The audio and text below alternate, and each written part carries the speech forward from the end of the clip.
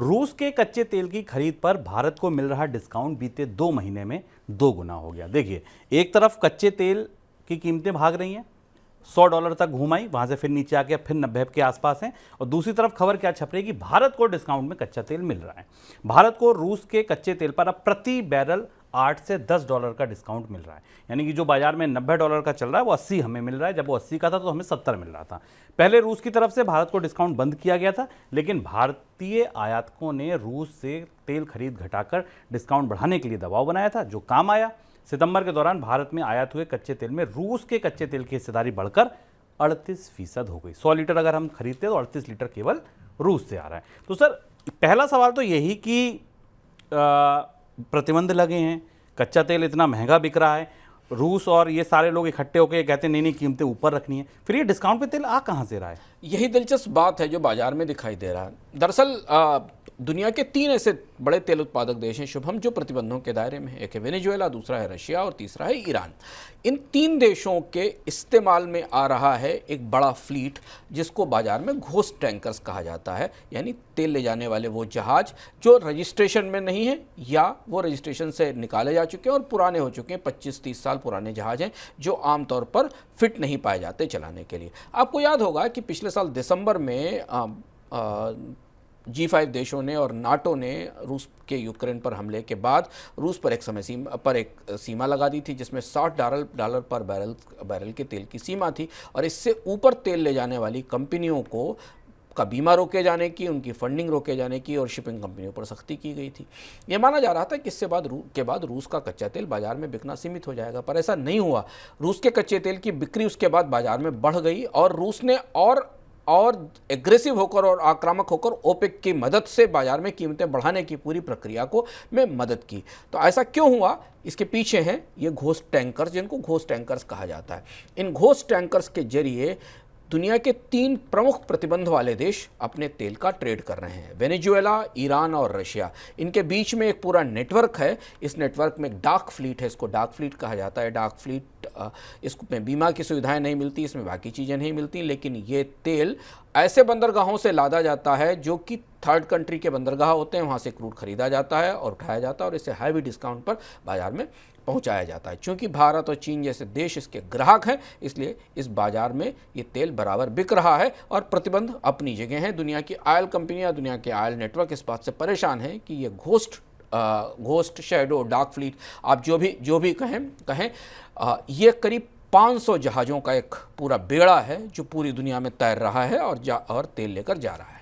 Sir, गैर कानूनी तरीके से बेच रहे हैं, चोरी छिपे बेच रहे हैं, एक अपना नेटवर्क बना रखा है उससे, तो चोरी छुपे कितना काम हो जाता होगा? कितना तेल ये लोग बेचते थे? बड़ी मात्रा शुभम, 12% अभी जो ताजे आंकड़े आ रहे हैं, पूरी दुनिया में क्रूड का जितना परिवहन समुद्र के जरिए हो रहा है उसका लगभग 12 से 13% क्रूड इन 500 जहाज़ों के जरिए ट्रैवल हो रहा है। अभी 2-3 महीने पहले मलेशिया के पास एक गैबन का शिप डूबा था जिसमें दुर्घटना हुई थी। वो भी ऐसा ही शिप था जो कि डीरजिस्टर पुराना शिप था। बताया जा रहा था कि वो ईरान का तेल लेकर जा रहा था। इससे पहले उसने चाइना को रूस का तेल पहुंचाया था। तो दुनिया के तेल कारोबार का 10 से 12% हिस्सा इन 500 घोस्ट टैंकर्स के जरिए पूरी दुनिया में घूम रहा है और चल रहा है। और यही वजह है कि भारत जैसे देशों को रूस का तेल डिस्काउंट पर उपलब्ध होता है।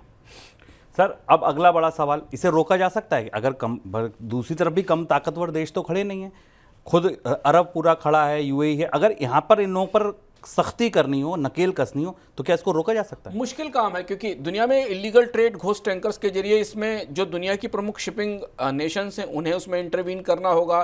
दुनिया के बड़े शिपिंग रूट्स पर उनको रोका जाना होगा। लेकिन ये पहला फिनोमिना नहीं है। ये घोस्ट टैंकर्स पहले से भी इस तरह अवैध रूप से तेल की आवाजाही करते हैं। लेकिन अब यहाँ एक महत्वपूर्ण बात है कि पहले कंपनियों और ट्रेडर्स के बीच में होता था, अब इन्हें 3 गवर्नमेंट्स पैट्रोनेज कर रही हैं।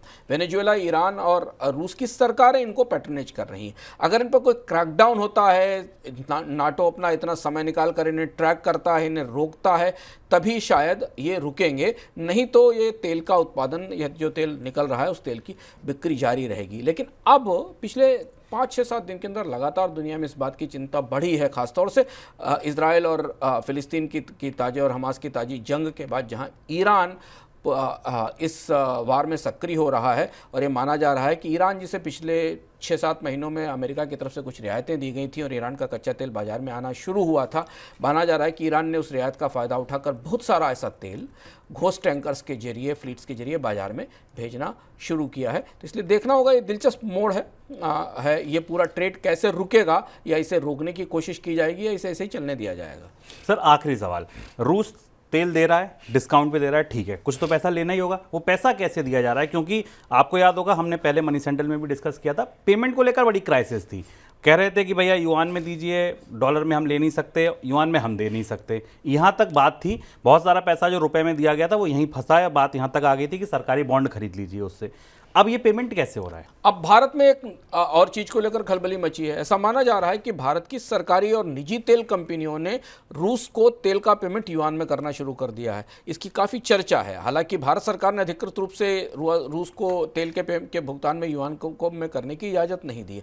रूस का तेल तो भारत आ रहा है, पर रूस के तेल के भुगतान का बड़ा हिस्सा अलग अलग जगह फंसा हुआ है। रूस का आग्रह था क्या तो दिरहम में या युआन में पेमेंट ले। अब जो ताज़ी खबरें आ रही हैं उसमें माना जा रहा है कि भारत की कंपनियों ने चुपचाप युआन में इस तेल का पेमेंट करना शुरू कर दिया है, और उसके कारण सरकार काफ़ी नाराज़ है और उसने इस मामले में सवाल पूछे हैं।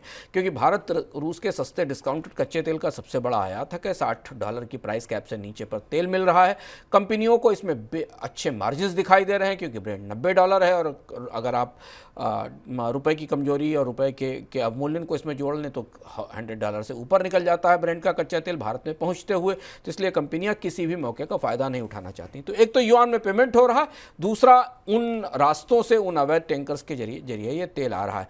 भारत सरकार को तेल भी चाहिए, रूस को भारत का रुपया नहीं चाहिए। तीसरी दो करेंसियां हैं दिरहम और युआन, इनमें से किसी का पेमेंट होना है। बेहद दिलचस्प ढंग से ये गुत्थी पूरी तरह उलझी हुई है भारतीय बाजार में। लेकिन ये खबर ज़रूर महत्वपूर्ण है कि भारत की कंपनियां शायद युआन में पेमेंट कर रही। सरकार की तरफ से अधिकृत रूप से इस बात की भी जानकारी नहीं दी गई है कि रूस के साथ अल्टरनेटिव पेमेंट मैकेनिज्म क्या होगा। क्योंकि आपको याद होगा कि रूस के विदेश मंत्री भारत में जब आए थे और गोवा की बैठक में उन्होंने साफ साफ कहा था कि भारतीय रुपये में वो ट्रेड नहीं करना चाहते, क्योंकि भारत का रुपया भारत में ही पड़ा हुआ है, रूस के किसी काम का नहीं है।